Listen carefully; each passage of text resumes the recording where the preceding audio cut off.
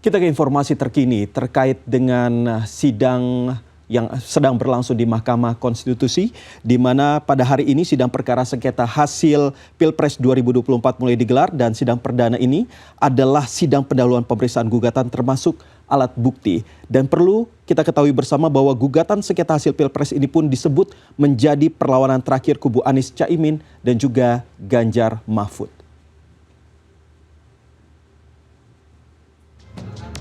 Bukan sekedar sensasi, ini adalah untuk kita meluruskan praktek konstitusi. Kami meminta diskualifikasi kepada pasangan paslon 02. Meski Komisi Pemilihan Umum KPU telah mengumumkan hasil pemilu 2024 pada 20 Maret lalu, pertarungan Pilpres belum berakhir.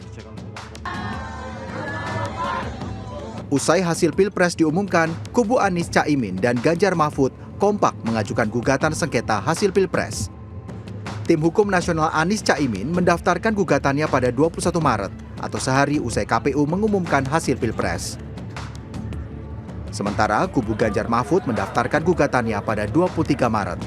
Dalam keterangan persnya, Deputi Hukum Todung Mulya Lubis menyebut Paslon 02 Prabowo Subianto Gibran Rakabuming Raka harus didiskualifikasi karena proses pendaftaran Gibran sudah melanggar konstitusi dan etik. TPN Ganjar Mahfud juga menuntut agar KPU menghitung ulang hasil pemilu di seluruh TPS di Indonesia.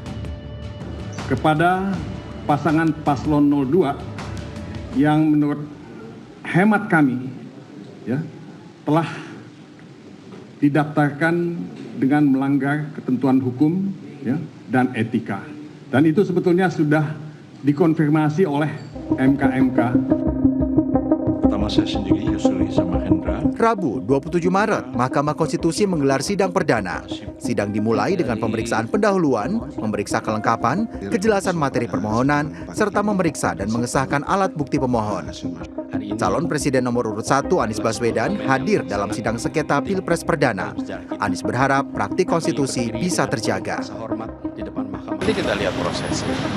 Ini kan bukan jawab-menjawab di luar pengadilan ya. Ini bukan sekedar sensasi. Ini adalah untuk kita meluruskan praktek konstitusi.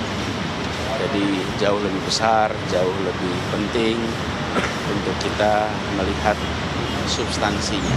Ya saya kira memang kalau bicara tentang target sengketa hasil pemilu. Pengamat politik Adi Praitno menyebut gugatan sengketa hasil Pilpres bisa menjadi perlawanan terakhir yang sengit jika kubu Anies Ganjar bisa membuktikan kecurangan yang bisa mengabulkan permohonan mereka, yakni pemungutan pemilu ulang di seluruh TPS.